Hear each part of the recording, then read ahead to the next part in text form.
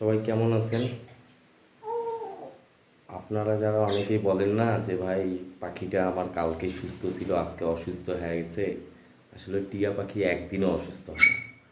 টিয়া পাখি অসুস্থ হওয়ার 8 থেকে 10 দিন পরে সে খাওয়া ছেড়ে দেয়।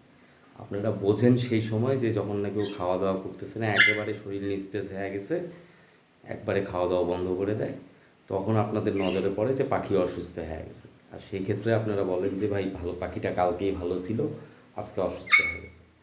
আসলে টিয়া পাখি একদিনও অসুস্থ হয় না। ও অসুস্থ যখন হবে প্রথম প্রথম ওর ওর যে ড্রপিং আছে, ড্রপিংয়ের কালার চেঞ্জ হয়ে যাবে। অনেক এইখানে ব্যাপার আছে। খাওয়া দাওয়া কমায় দিবে। আপনি দেখবেন যে খাবার আছে ঠিকই, কিন্তু ও খাচ্ছে না, একটা দুইটা খাচ্ছে, কাটতেছে বেশি, নষ্ট করতেছে বেশি। আর ওর ড্রপিংটার কালারটা চেঞ্জ হয়ে যাবে, ওর মধ্যেই বোঝা যাবে যে আসলে ওর সমস্যা কী কী হয়েছে। যখন ফুড পয়জনিং হয় তখন ড্রপিংয়ের কালার একেবারে চেঞ্জ হয়ে যায়।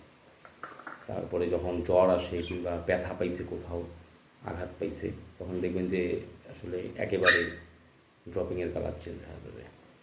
পাখির আসলে অসুখ বিসুখ তো আসলে সবারই হবে, কিন্তু অনেকেই বলে না যে ভাই কালকে এই পাখিটা সুস্থ ছিল আজকে অসুস্থ হয়ে গেছে। আসলে ব্যাপারটা এরকম না। আসলে যারা পাখি, আমি যেমন পুষি, আমি আমার পাখির রাতের বেলা করে আমি পাখিকে চেক করার মূল কারণ হলো ওদের ড্রপিংগুলো লক্ষ্য করা, কী অবস্থা। এই যে দেখেন না, আমি যে আবার কথা বলতেছি, এগুলো আবার সব রেকর্ডিং হচ্ছে, এগুলো আবার দিনের বেলা বলার চেষ্টা করবে। হুম, দিনে আবার চেষ্টা করবা? হ্যাঁ, মিউজিক কপি করবা দিনে? হ্যাঁ, করবা করবা করবা করবা হুম, করবা।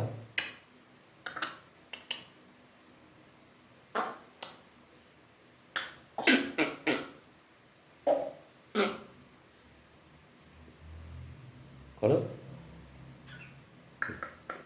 দেখছেন কেমন কপি করে? যেটা বলবেন সেটাই করার চেষ্টা করবে। আমি তো এখন বিপদে পড়ে গেছি যে রোড দিয়া যত লোকজন যায়, কে কী কথা কয়, ওগুলোও চিল্লাচিল্লি করে, খালি ক্যাশ করে এখান থেকে, রুম থেকে। তো ঠিক আছে, সবাই ভালো থাকবেন। Good night.